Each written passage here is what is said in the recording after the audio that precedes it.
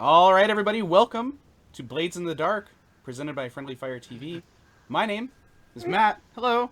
I'm joined by Anthony. Anthony Wave. Yeah. Emily. Mike. And Ian. And I'm so excited to get started with Blades in the Dark.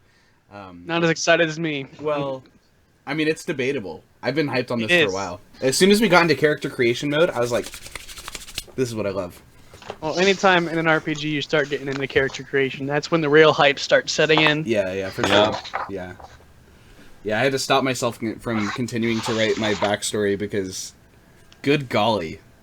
You'd write a novel if you didn't stop yourself. Well, do you remember the first time we played D&D, Mike? Yeah, and I do. I wrote, like, too much. Well, so did I. Yeah. You remember that. Yeah. Isn't that how it goes, though? Yeah. You like your first character is the one you put most thought in, and then it dies, and you're like... Yeah. My character never died, though. No more novels. I even got a figurine for like, my original character. So That I just have like here. 2 pages worth of a backstory did get me into trouble on 1 or 2 occasions, though. Yeah, it was worth it. It was worth it to do that. Yeah, Invest in your characters, everybody. It's worth it. Mike, how about you get us started? Let's just go straight into it. You guys know who we are. Whoa, what if I wanted to, like, say, hey, guys, I had a good week. I've been playing Dark Souls 3. That's kind It's of really cool. You should play it. That's kind of what I meant when I said get into it. Oh. Get into the intro part, though. Get into something. Yeah, just do something! All right. Just do something. This is too much responsibility. I can't handle it. No, Gosh. So you've been playing Dark Souls? Yeah. It's real It's been good. very fun to watch you stream it. Everyone should Yeah, watch I've Mike when he been- streams it. I've been playing it off stream for a couple days now just to get a break from streaming, but I'll probably get back to streaming it once I get my wireless receiver for my controller because the port died. Yeah, well, that's very exciting. We also played some Rocket League.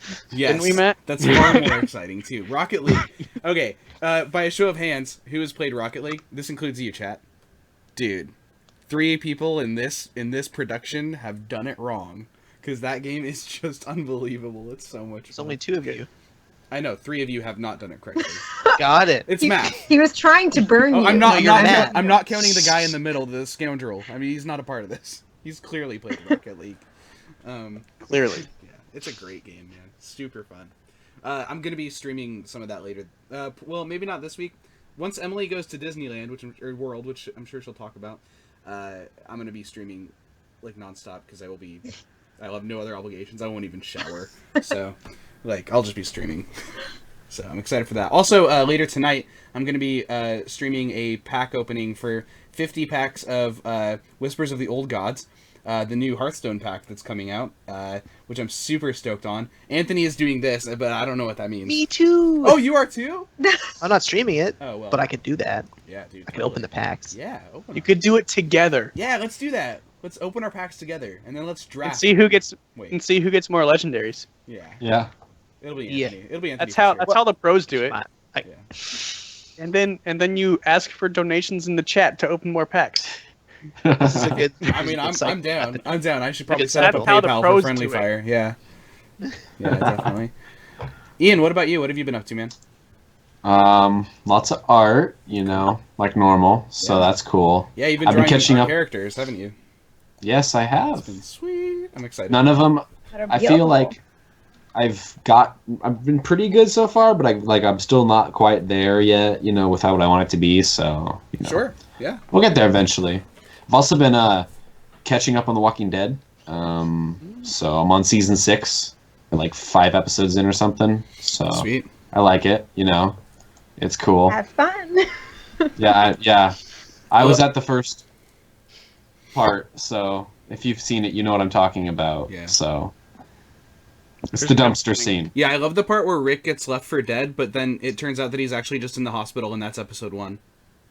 There you go. And then he just happens to find his wife and the crew that she's with, Right. Yeah. Does he say the name of the show? What? He does eventually, but not in that episode. I was Like left for seasons dead. later. He doesn't say that. He doesn't say that for like I mean, I think it's season 5 It's when like he the finally fifth- says, when he finally Yeah. says, like, we are the Walking Dead. We are the Walking Dead. We don't. It's like we don't get the classic CinemaSins roll credits until season 5. Yeah. You know. Yeah, for sure. See, it'll be like about 6 sessions into Blades, and like someone will be like, "We are the Blades in the Dark." I will. And then I people will be be like, like that. "Ha, And then we'll just roll credits and the series will be over. That's when we know we've arrived. Yeah. Very Yeah. cool. Very cool. Ian. That's how you know when your campaign has ended, when one of your players in character says the name of the role playing game that you're playing. Man, Dungeons and Dragons must have like super short campaigns then. Like, Yeah. we're gonna go slay dungeons and dragons. Da, da. You Oh, slay dungeons? Oh, Just yeah. seriously? Okay. Matt Buck was asking me earlier today because we were talking about Blades in the Dark, and he's like, "Does it have dragons in it?" And I was like, "No, it does not have dragons."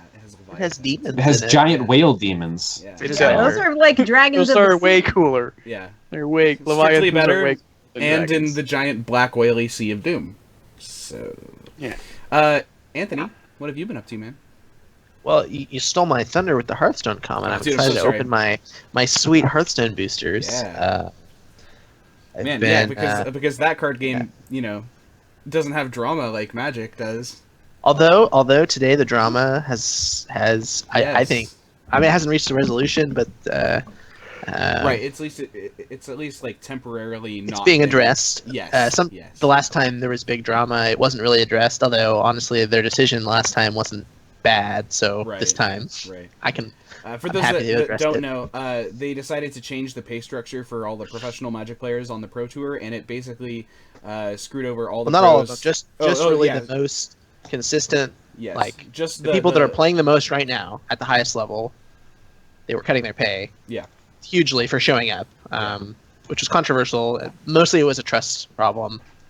They had a They verbal changed a lot agreement of it would stuff. be taken care of, and They they changed a lot of were stuff like not. halfway through the season too, or 3/4 of the way through the season, and Yep, that's that's the a big biggest part of it. issue. Yeah. Yeah, people invested and made decisions based on the expectation they'd receive money for their time, and they weren't going to receive that same money. But Yeah. then people threw a piss fit, and Oh, big time. and now they're gonna think on the situation and come up with a different solution. So Yeah. Anything good. else, Anthony? man, that's it. Cool. Emily, how about you? Well, I am going to the world of Disney next week, which is perfect because I just threw out my back, so I'm sitting here hopped up on pain meds and loving life. But yeah, I will be in Florida for better or for worse for a week, and that is something I'm looking forward to a lot because work has been filled with weird clients, and I am ready to take a break from them. But that is kind of my life in a nutshell. Game of Thrones started up again, and I started reviewing that on my YouTube channel again as well. And it got off to a really strong start. And for the first time, it kind of feels like the end game is nigh, which is kind of crazy for a show this big and colossal. But yeah, it's exciting to have that back in my life now. So Yeah. that's me. Cool. All right. Well, that's all of us. Mike, I'm so excited to get into this. Yeah, man. How do we start this game of Blades in the Dark? Well, I figured it'd probably be appropriate to just talk a little bit about the setting first, since we didn't really get a chance to do that when we did our rules overview because we were pressed for time. So how's that sound? That sounds Yeah. great. By the way, I have Yeah. the map. I have the Roll20 map pulled up, so if you want to use that, you can do that. Yeah, that is the map of Duskval, as that is where the story takes place for the most part. Specifically, most of at least the initial adventures will take place in the Crow's Foot, right there, and we'll get into that later. But so, general overview of where this takes place in the environment we find ourselves in. This is kind of a steampunk fantasy era game setting, akin to Dishonored or Thief.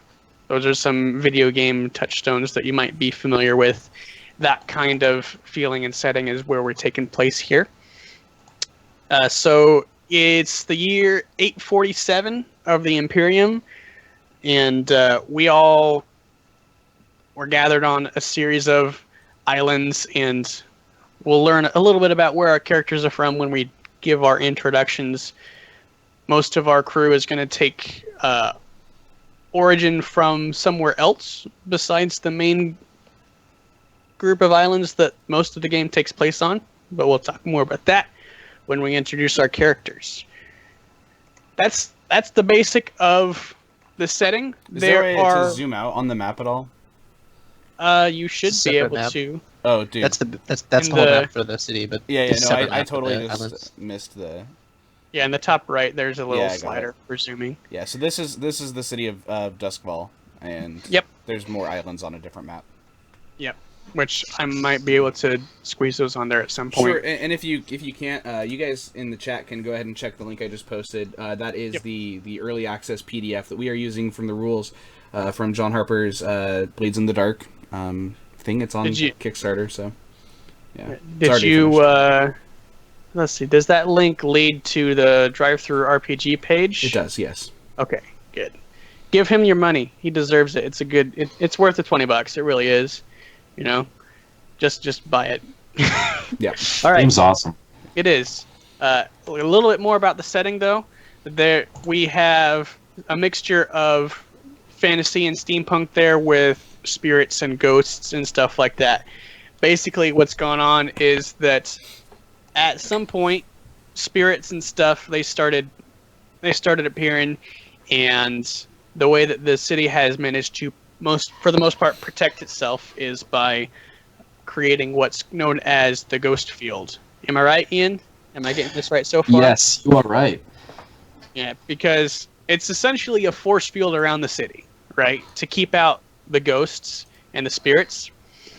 However, that doesn't necessarily mean that there are no ghosts and spirits within the city of Duskwall, because as anyone familiar with any form of history is aware, if you try to make something illegal, or a la the Prohibition, makes people want a little more, because, you know, there's a little bit of a taboo there, and a lot of the times in Duskwall, rich people will try to intentionally, you know, release spirits and allow them to run free or try to control them in some way.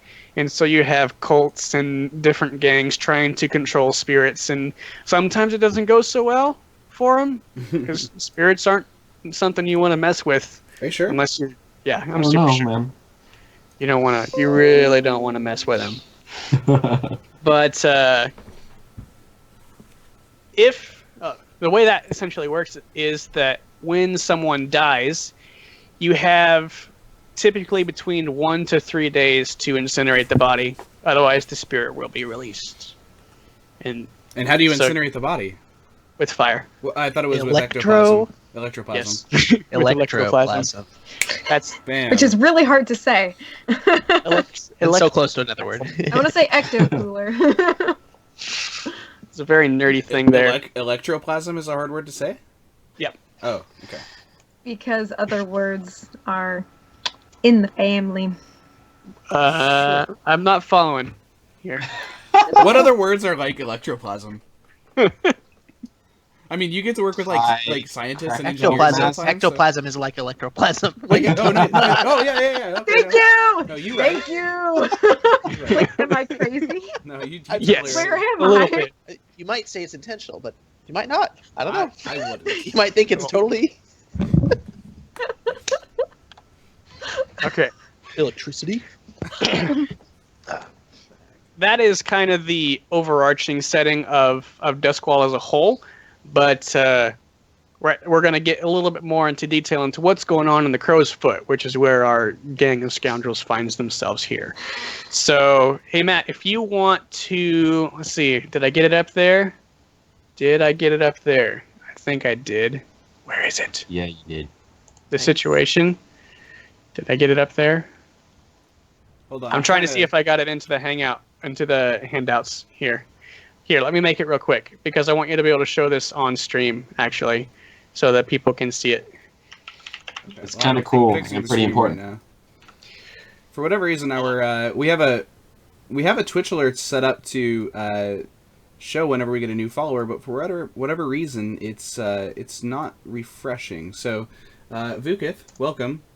Thanks for the follow, man. Sorry it doesn't say your name up here. I don't really know why. I'll have to look at that during the break. Okay, there it is.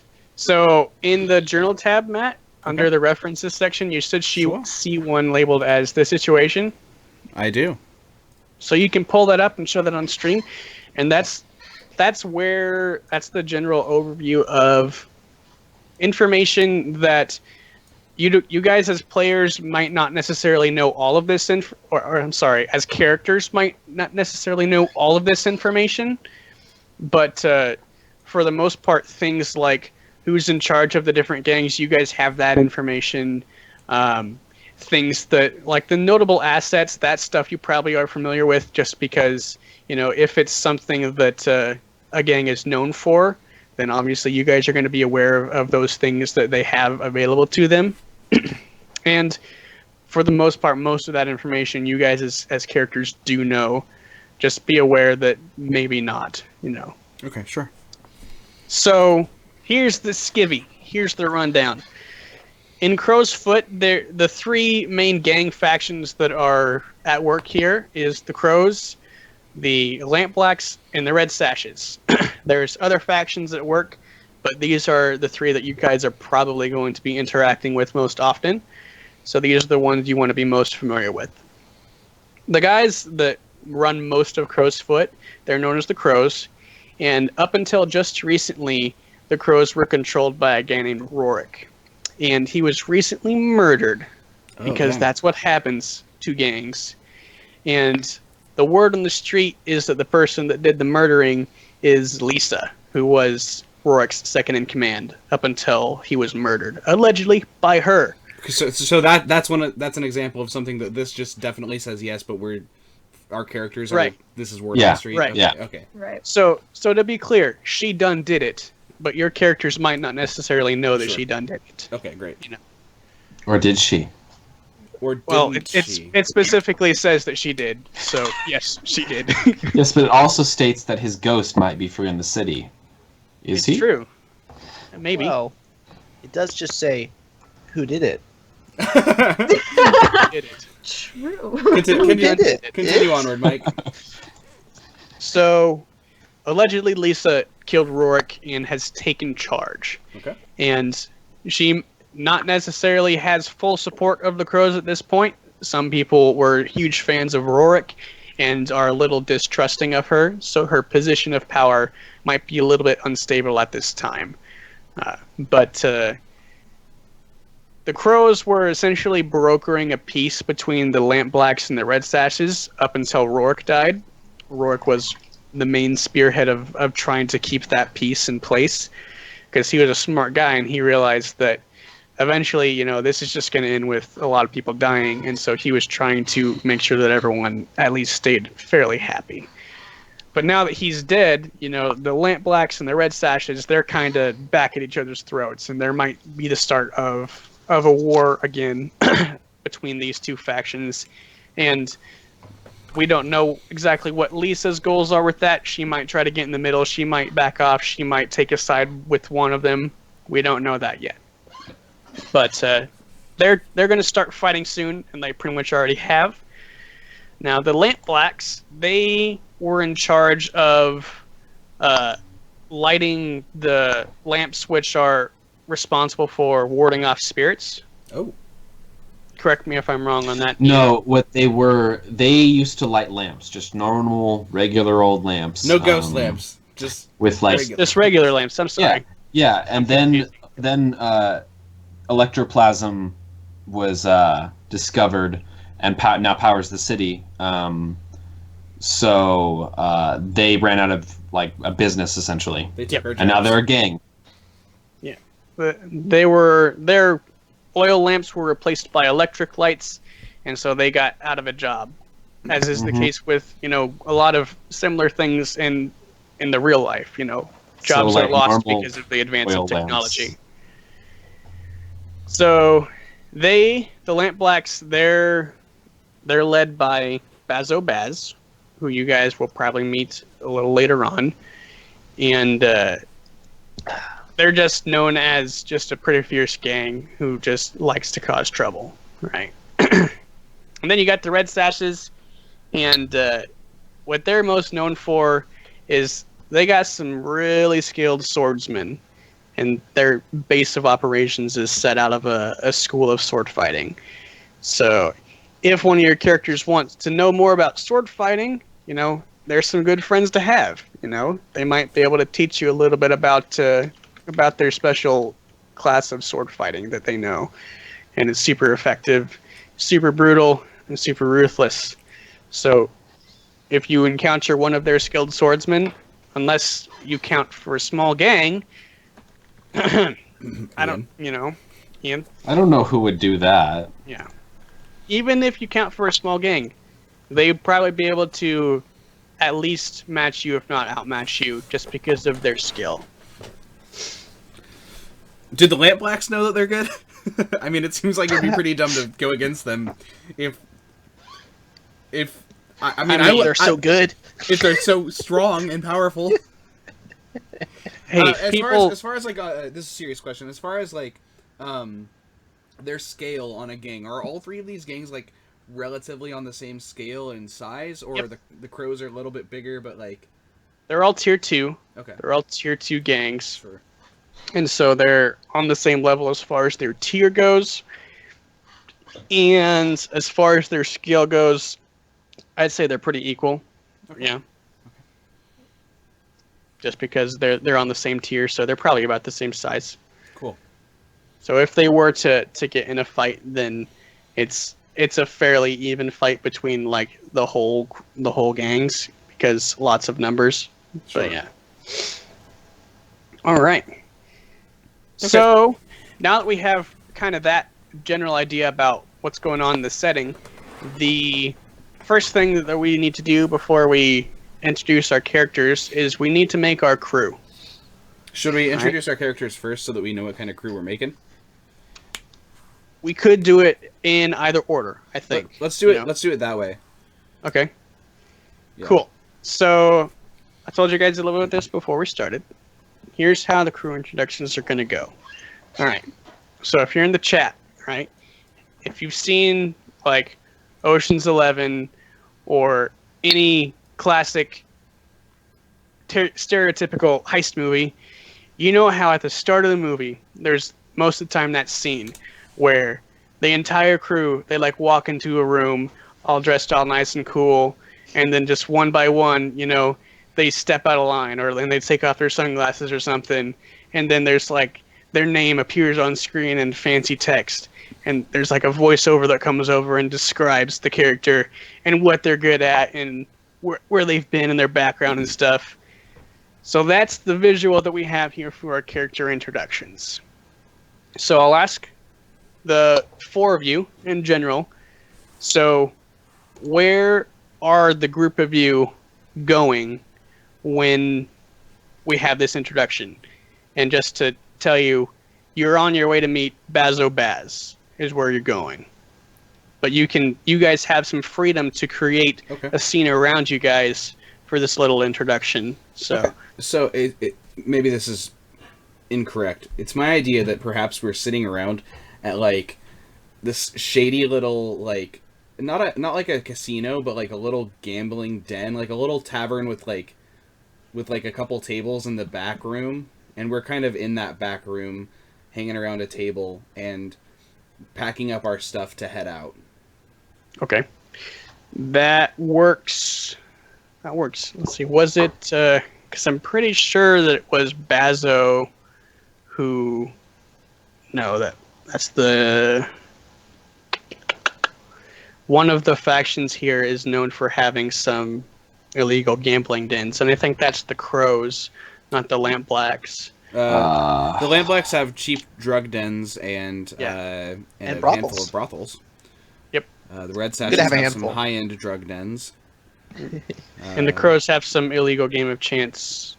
Yeah, so it could totally be a Crows-based thing. Yep. Okay, sure. That works. All right, so you're in this gambling den, You have some rickety tables around you. You got a gnarly looking dude behind the bar. He's spitting on a rag and wiping out the glasses with it. You know, Nice. and so you're all sitting around. Are you just the four of you playing cards, or are you playing cards with other people? I want to imagine that it's just the four of us at a table, Okay. like with a dealer. We rented out the whole place. We just I really mean, want. like there's still other people in the place. Like the place is like full-ish, I guess, but like our table is just off to the side. There's, you know, it's like there's that spotlight on it. It's a little bit brighter over there, and there's just four of us kind of giving each other these glares, like looking back at each other. Okay, so we will do. Let's see. I think we're gonna be introduced to. Let's see. Who do we want to do first? Let's Silas. introduce what? Silas. Okay, I was gonna do Silas like second or third, but we'll do Silas first. I think Silas is one of those. I think that considering the shady dealings of the group, he might be one of the last, since he's probably. He's just the muscle, right? Well, this isn't each character coming up and saying like, "Hello, I'm this, and let me tell you about you." This is no conversation between the characters. Yeah, You just there's explain no it. okay. conversation. This is that intro, like, here's boom, there's your character, and then they do a thing. All right. So here's how this is set up for you, Ian. So we kind of pan around your shoulder, and we see the cards you have in your hand. So, do you think you have a good hand, or do you have a bad hand? I think his hand's okay. Probably on the lower end of okay, but you know, he's not showing that. One of you that knows more about poker, give me a hand that describes that that meets that description. What He's we're talking. He's got a 6 of Leviathan and He's got a two 7 jacks. and a 7 of sashes. Okay. All right. Are we playing? Okay. So the camera it shows your hand, and then we kind of get another camera angle looking up at your face, and you've got like a scowl on your face, and then across the screen it just flashes Silas Cairn, and then in subtext it says like the muscle, you know. And what kind of a flashback scene do we get? What kinds of things is your character doing in these flashbacks to kind of give us a good picture about what your character does well and what's he all about, you know? Okay, so I think an important bit is what he looks like, because that little close up on the face would probably startle most people, because he has like a black beard, nearly black with little like highlights of, you know, purple and green, kind of like, you know, like crows have, or, you know, birds. You know, some nice kind of like trimmed hair, but not too nice. It's a little raggedy. He's got some face markings, like a little tattoo going down his lip and down his eyes, a little bit above his eyes. The most probably noticeable thing is the fact that his eyes, save for two kind of flickering blue ember-like dots in them, are completely black. So the only thing that you can actually see in his eyes are like his blue, flickering, fiery pupils. Oh, show me the pupil.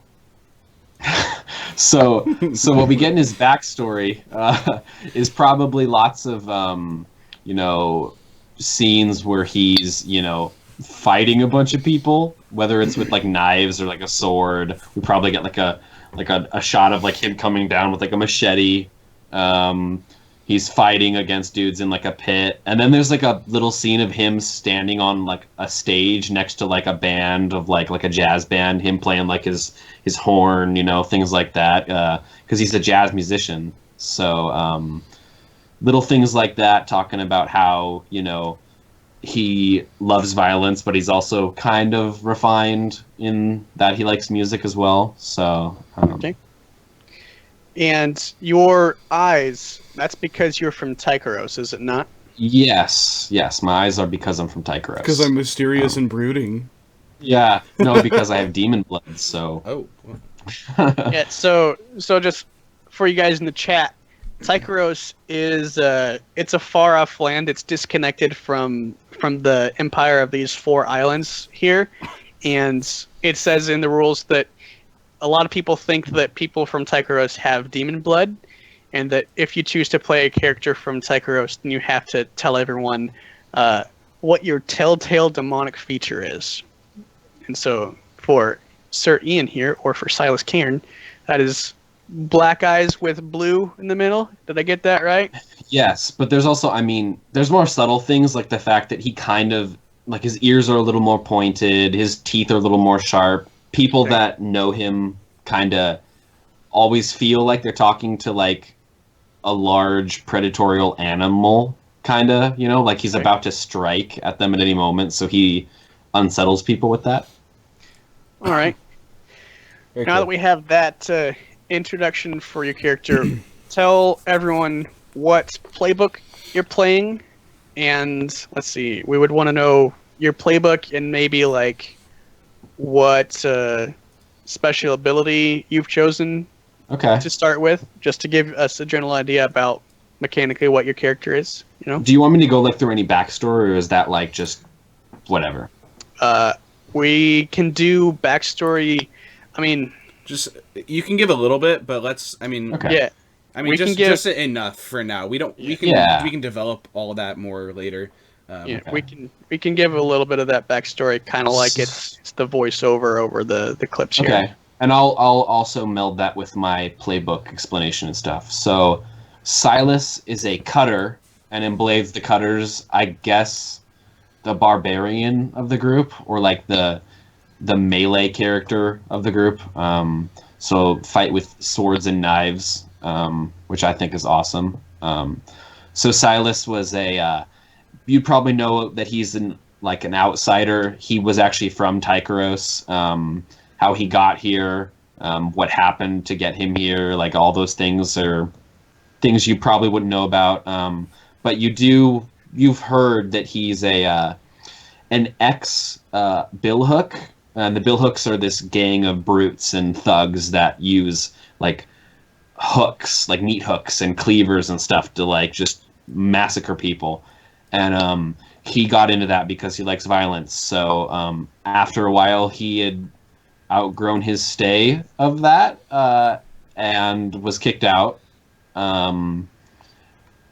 When he was down on his luck, he became a musician. So he kind of frequents the clubs and bars of, Dustfall, playing for different bands and different singers and stuff. But he also loves fighting. So he's kind of grown as like a straight up fist fighting boxer. He always has like the fighter hand wraps on his hands ready to go. Which ties into his ability, which is called Not to be Trifled with, which is in combat you are equal in scale to a small gang. And we talked about this a little last week on our rules thing. But it basically means if I'm fighting against, I believe it's up to 5 people, which is considered a small gang, I don't take penalties because I'm fighting 5 people. So it's basically what it is it's not hard for me to fight a small gang. Is what I'm saying. Yeah. And also, if he's like in a one-on-one fight too, then the person he's fighting, they're going to take penalties because they're technically fighting against a small gang. Because they're technically not one person small gang. Right. Like good old Silas. Cool. Thanks. And that's Silas. Yeah. So we pan to the left to the person sitting directly to your right, Silas. And our camera falls on Lyric. So our text flashes across the screen. Lyric Portis. What subtext do we get for your character, Emily? So as far as like appearance and just kind of the look of her, like is the camera settling on her face, or what kind of details? Like for the thing I'm specifically asking for right now is when I introduced Silas, we had Silas Cairn, and he was like the muscle. So that that subtext? That wouldn't have been true. It would have popped up the thug. Sure. To say. Sure, the thug. So what? We'll do that first, and then you describe just a small series of flashbacks showing like what your character's been up to get you to this point, and just a little bit of things to get us to know your character a little better. Sure. Yeah. So as far as like the definitive subtext of my character goes, she has technically just come off of a voyage on the Void Sea that went rather terribly. So she has just quit her previous job as a Leviathan hunter. So she's sort of on the cusp of discovery, of change. She's a little wild, a little unhinged right now. I'll get into kind of why that took place. But so as far as kind of the look of her, she has purple eyes, very piercing, very intense. She's got a black battered jacket on, leggings, thick belt, and leathery boots that are very clearly stained from her many years on the Void Sea in her Leviathan hunting days. She, let's see. I'm trying to think of what order I want to break all of this down in, but I could start going into a little bit of backstory if you want. Sure. So I think, and I also, she's gonna probably bring this up in her backstory, but I think that the little subtitle we'd get would be the Albatross. Yeah. For reasons that we will see Yeah. soon. Go ahead. Continue. Yes, because she is kind of the character of Lyric is very much inspired by the rhyme of the Ancient Mariner. So she is essentially that. I'm a lit major. It's showing a little bit, but yeah. So she is essentially that Ancient Mariner. She herself, as all of you will know, is from Tycheros, born and bred. She was raised by her father and also alongside two older brothers. Now, you're not going to know very much about her backstory because she's not exactly forthcoming as far as what happened to her. But she went into Leviathan hunting at the ripe young age of 16. She was always anxious to get off of the island. Now, something interesting about her is the nature of her birth is kind of a strange legend among some of the Tycherosi people. And it is rumored that she was that there was a demon midwife at her birth, and that actually bestowed upon her her entire back is covered in black scales. Holy so shit. that is her telltale demon feature. So if she was ever getting battered around on one of the seafaring vessels, well, you know, that's no sweat on her back. It is scales Literally. on her back, though. Hey. Hey.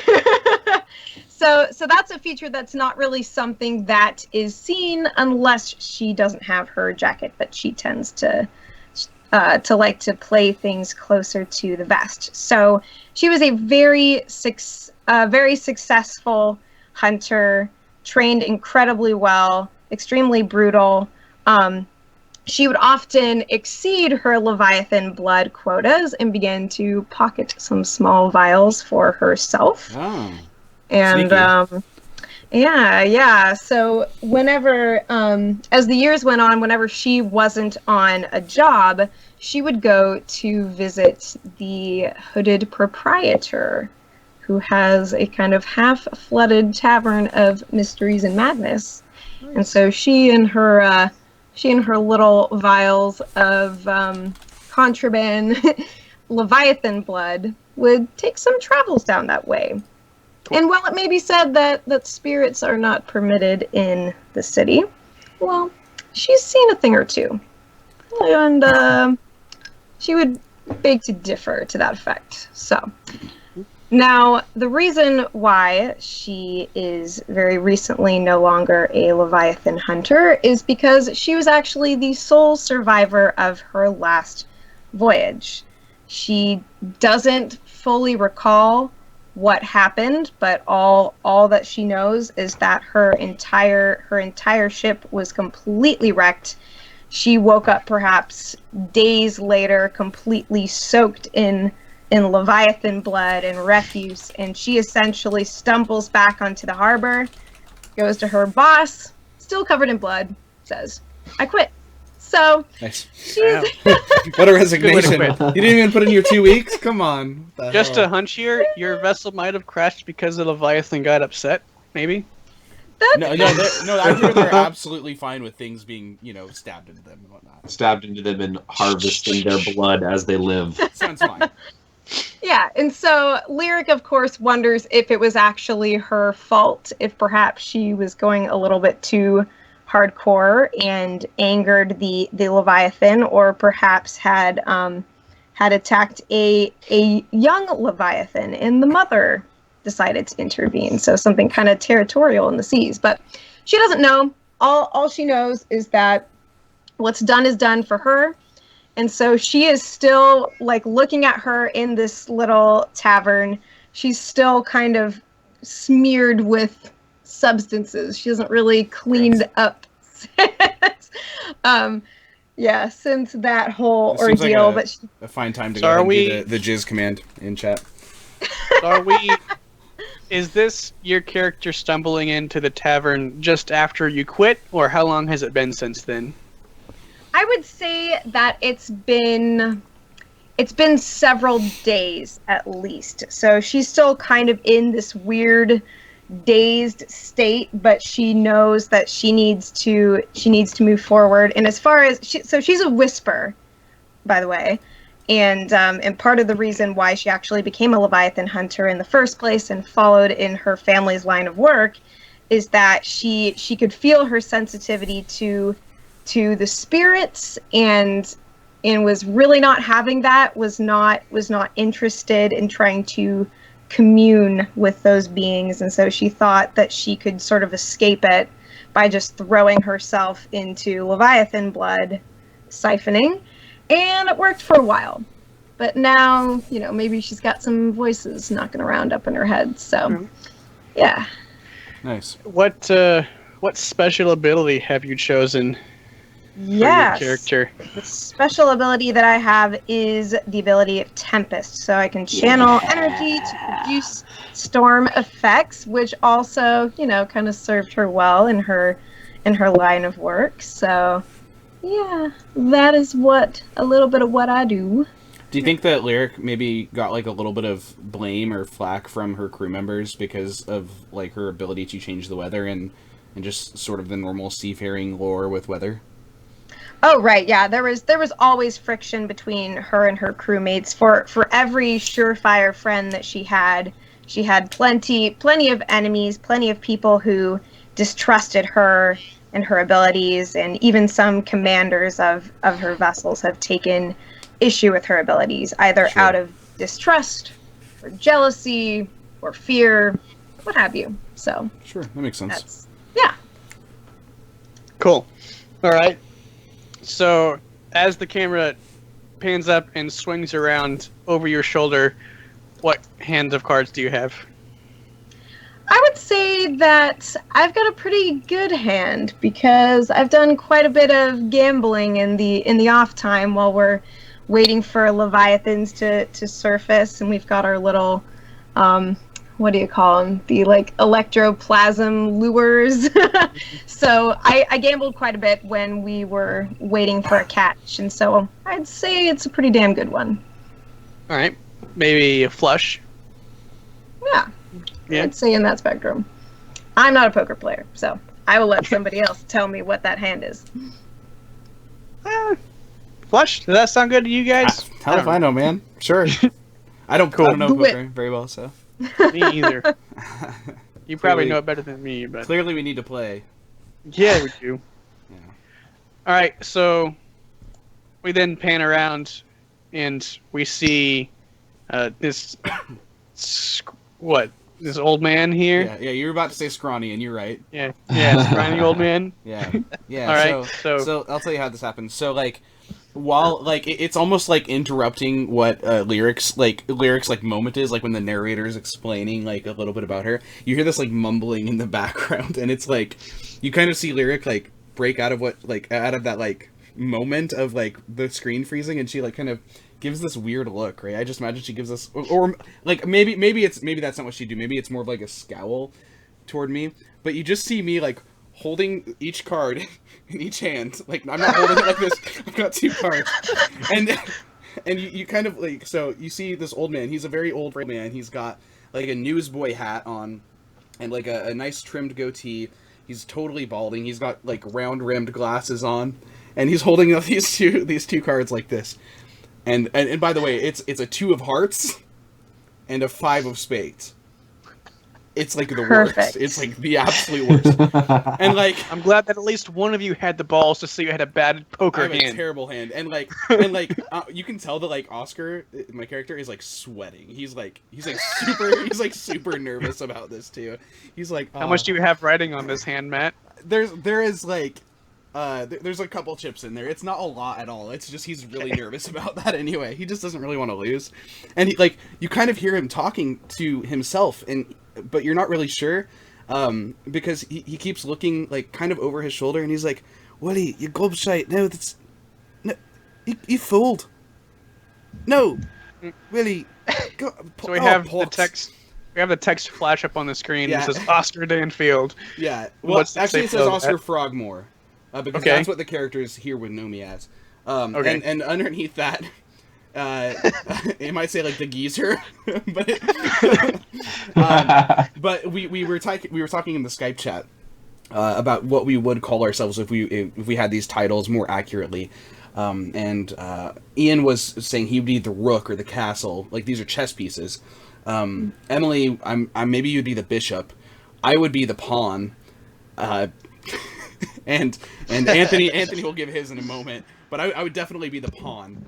And in that moment, when like you see me talking to seemingly nothing, it kind of cuts to the flashbacks, and my flashback includes me walking down the street. I've got a cane, and it's not just like a decorative like pimp cane. Like, oh yeah, it's like an actual like, yeah, I need to use this to walk cane.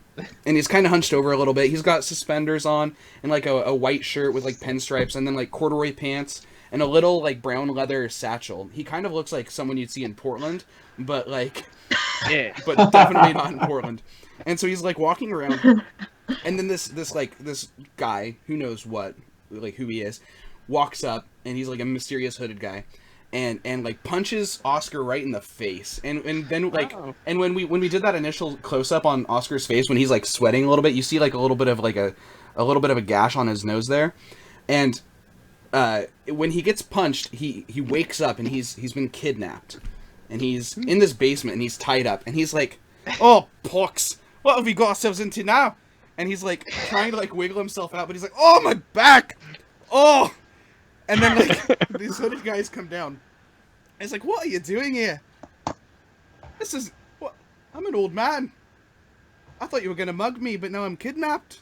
And then like the guy just like nods, and he walks up the stairs, and then he like Oscar's face like looks, it goes from being scared to like suddenly very like calm and like collected, and he's like, right, yeah. And then like the rope comes undone from behind him, and he says, "Thanks, Willie." And he like gets up, and he starts creeping up with his cane. The cane was right next to him. He picks up the cane, he gets up, and he starts creeping up. And then we cut to the guy, the hooded man, and we can see him sitting at the desk. He's penning like a ransom note for Oscar. And then suddenly we just see his head just like go like, BLAP, like that, as the cane just hits him in the side of the head. And that's the flashback we see for Oscar. And he goes back, and he goes, pox, all in. And then he puts the hand down, and he just kind of like does this with his hands on the table. He's like, and he continues to talk to himself. He's like, "Oh, Willie, that was wrong. It was wrong, Willie. I can't." We have a really bad poker player, people. We know that at least. So that's right. what we see from Oscar. All right, so I think that about that time, it's like the camera, it kind of goes over your shoulder a bit, and it seems like it's looking at nothing, but then it's like very slowly this figure starts to appear, like right behind you. Yeah, and let me describe the figure. The figure is Willie Danfield, who is Oscar's birth brother, and he's dressed very nicely, very like noble looking. He's got like a military jacket on. He's got a rapier on his side, and he just has this very noble stance about him. But he's also like having a good time, and he's like telling. Yeah, no, that's totally him right there. That's what he looks like. What Ian is showing right now, and he's kind of leaning over, and he's totally playing with Oscar. He's like, "Oh, that's a great hand, yeah." And he doesn't have the same accent as Oscar does. He just has he doesn't have the same accent. He just is like, "Oh yeah, that's a great hand. You should keep that." Perfect. All right, do we get any flashbacks for Willie? Or no, nothing. No. No. There's a lot more to this character, but I want to let that kind of flesh itself out as we go. Do you think that maybe, at the least, instead of him having a unique flashback, it's almost the same flashback that you have? Like, we'll just flash back to where you're in the chair, and we see Willie, like, untying the ropes. Yes, absolutely. Yeah, we see Willie untying the ropes, and You know? and he just kind of walks along, and when we see that cane knock the guy's head aside, and we see Oscar standing back there, Willie is standing next to him. Cool. So, yeah. All right. So then, last but not least, we pan the camera around, and we see... First, we just see a hand of cards. All right. So what hand of cards do we see, Anthony? Yeah, they're blank. They're blank cards. There's blank cards. And on their face, you can kind of see these shifting shapes, and you can recognize it as the hand the other players had, and it's like flickering kind of through them. And you can see my hand. It's like a reddish tint to my skin. And he puts the cards down. He was glancing over at old All In over there, and he looks down. I'm drinking whiskey, and I have a fat cigar, and I'm staring at the smoke, and we kind of pan into that smoke, and it pans out, and it's a flashback, and it's the dying embers of a fire in a dark room, and it cuts over. You can see a bed, and there's moonlight coming through the window there in this room. You can see the same reddish skin pulling on a jacket. It's nice. It's red, and it's a little ornate. Has sort of a suit look to it. Pans back. You can see there's a woman smoking in the bed. In the moonlight, and cuts back, just his bare ass. And you can see. You can see the stump of a tail that's been cut off on the ass. And that's what tails go, typically. Sure. And it cuts back. He's pulled his suit on, brushes his hair aside, and walks out the door. Cuts down a long, well-lit hallway, very ornate. Into another room. He's wearing pants at this point, obviously. Opens this well-fashioned door into an even darker room than before. This one is, lit by candlelight. There's just one overhead lamp above a big, broad table. There's people sitting playing cards at the table, and they're all distinctive folks. You see a big, strange-looking man with wild hair, and two pale twins, and gentleman you might recognize later on in the story named Bazo Baz.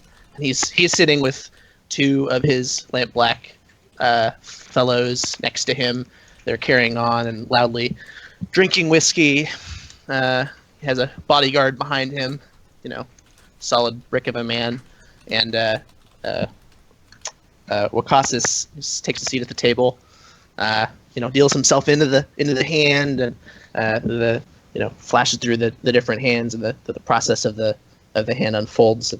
And, the pot looks like it's going to Wakisis as he flops over his cards. He has by far the best hand so far. The man to his left, however, reveals his hand, and it contains the same cards exactly, which is not possible. Obviously, the man that has revealed the same hand stands up, and there's no sound here. Obviously, he's in a front. And just at that same moment that he stands up, another similarly dressed guard type man that's the bodyguard for Bazo Baz, comes through the door, holding up the woman who's just swaddled in sheets, and pointing to Wakisis, and he kind of startles, sits back in his chair, looks around, grabs his coat off the chair, and dives out the window. Well done. That's how you do it. And And what's Then the he's, subtext we get for you? Of the chess My what? pieces. The subtext. it's just any piece that moves sideways. I was the going to say knight? it might be the knight. Yeah. It's kind of crooked. That hook on the end, Yeah. the coming at it sideways, I suppose. Very cool. I'm a slide of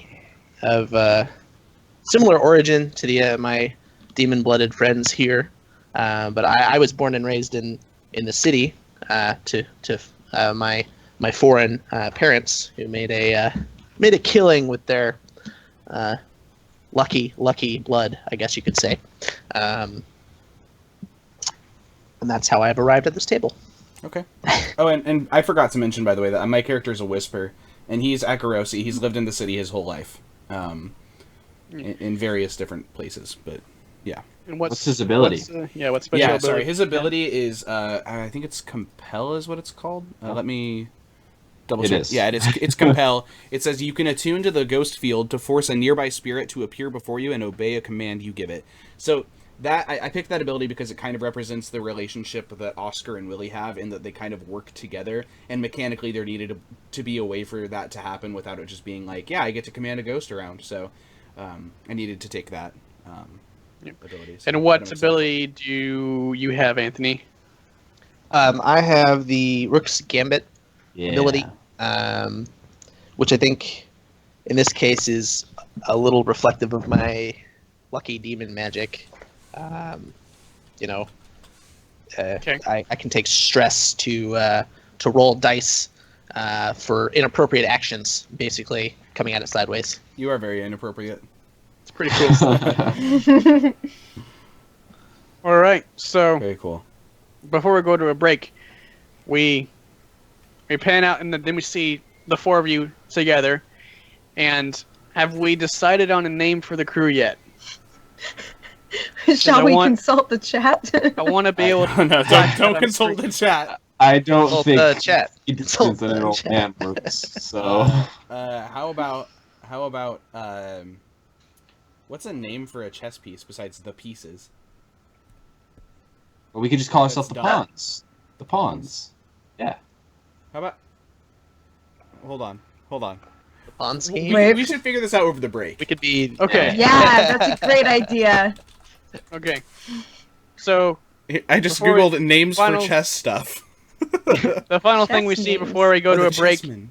is everyone gets to reveal their poker hands, and from that description, it sounds like the winner would be Lyric, I think. No, it would have been Wakesis, right? Because he has the cards that he can see everyone's cards and change it to be whatever the hell he wants it to be. I don't see them. I just look at the cards and smile as they become whatever I needed them to be. Yeah. It's out of my control, which is Uh-huh. the problem, really. All right. So Wakesis wins the pot. And And Lyric is not pleased about that. Neither is Silas. No, He's like, definitely not. So- "Well, so one thing- it's not good, mate. You know. one thing real quick, just on wanting to call yourselves the Rooks, is the Rooks is a specific thing that a crew can get. It is a thing in the world. Oh, okay. Well, then So- then we can't do that one. Yeah. We'll figure out something cool. We'll figure that out during the break. But we are gonna take a quick 5-minute break. We'll be back shortly after that. By the way, thanks to Dark Paladin 45 for following. Welcome to the stream, buddy. Yeah. Glad you're enjoying the stream. If you are enjoying the stream, join our friend Dark Paladin 45 by hitting the follow button, which is directly under myself and Ian, and that will let you know anytime we go live. We will be going live every Tuesday at 6:30 Pacific, save for next week. We'll talk about that more later. But we go from 6:30 to 9 every week, do this, and then there's other streams on this channel as well. If you like games like Rainbow Six Siege, Hearthstone, Rocket League of Legends, if Anthony starts streaming, Dark Souls 3, artwork by Ian, The Sims 3 by Emily if she wants to do that. You know, we do pretty much anything. So if you guys want to continue to support us and what we're doing here, make sure to hit the follow button. We'll be back in 5 minutes. Thanks for watching. Don't go anywhere.